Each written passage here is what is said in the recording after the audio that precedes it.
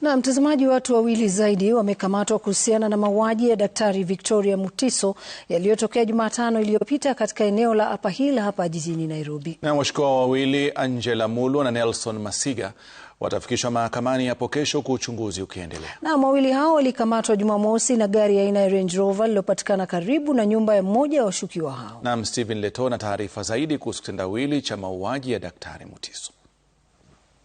Huku uchunguzi kuhusu mauaji ya Daktari Victoria Mutiso ukishika kasi, polisi ambao walikuwa wakifuatilia mauaji hayo waliwafuatilia na kuwakamata washukiwa wengine wawili. Wawili hao, Angela Mulwa na Nelson Masiga, walifikishwa kwanza katika kituo cha polisi cha Karen kabla ya kupelekwa kituo cha polisi cha Mlolongo, wakisubiri kufikishwa mahakamani hapo kesho.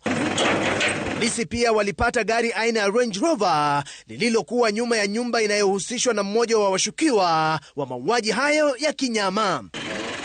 Wapelelezi wanasema gari hilo lililopatikana Jumamosi usiku linaaminika kuwa mmojawapo ya magari matano ambayo yanadaiwa kuibiwa wakati wa zoezi la kuwaondoa watu katika eneo lenye utata la ekari 21 uko Mlolongo. Eneo hilo lina thamani ya zaidi ya shilingi bilioni 2.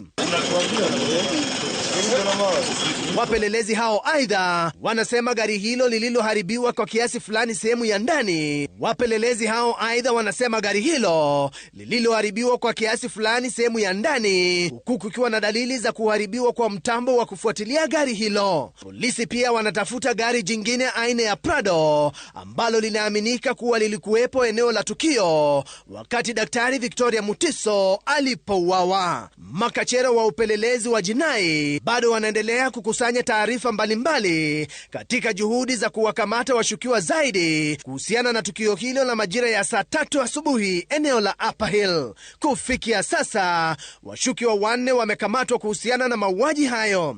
4 hao wakiwa ni pamoja na mama, mwanawe wa kiume na bintie, pamoja na ajenti wa ununuzi.